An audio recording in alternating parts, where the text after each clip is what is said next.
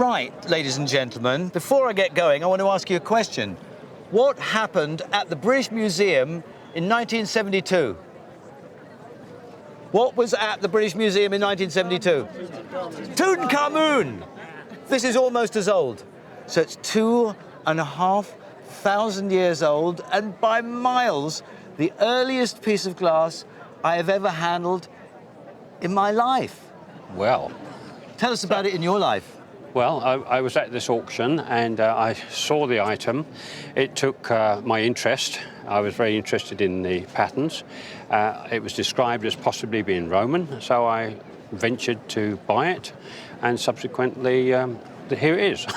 Okay, so this is Greek, so it's pre-Roman, it's Hellenistic.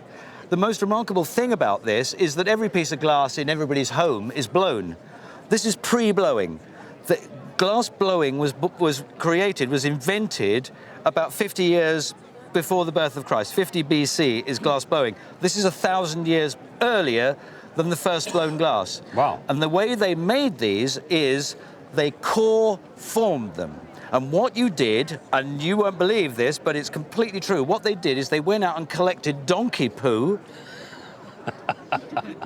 They did, they collected donkey and camel poo, and they formed it into a core. The core would be exactly the shape of the inside of this. And then they put the core on a stick and wrapped the glass around the core. And when it was fully formed, they allowed it to cool, and then you put this in water, and the water was taken in by this friable material, which then you could pick out the poo with. It was one of the big jobs of the time.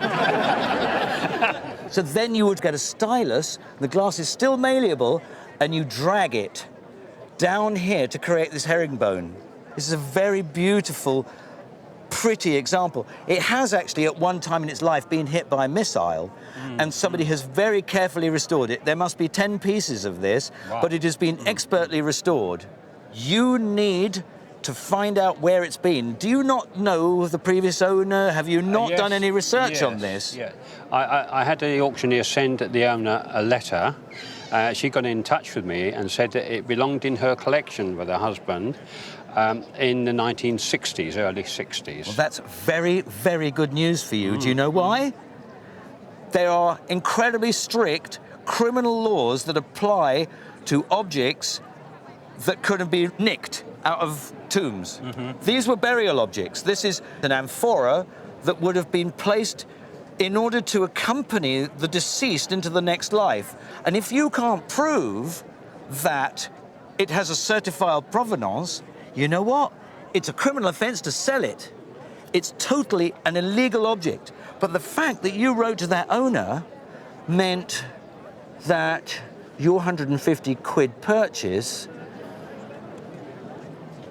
2,000 quid. That's better than money in the bank, isn't it? And I tell you what I am, people say at the end of recordings, thanks for bringing it in. But boy, do I mean it. This is just so brilliant of you to bring it in. This is, what a gem, a total gem. Lovely.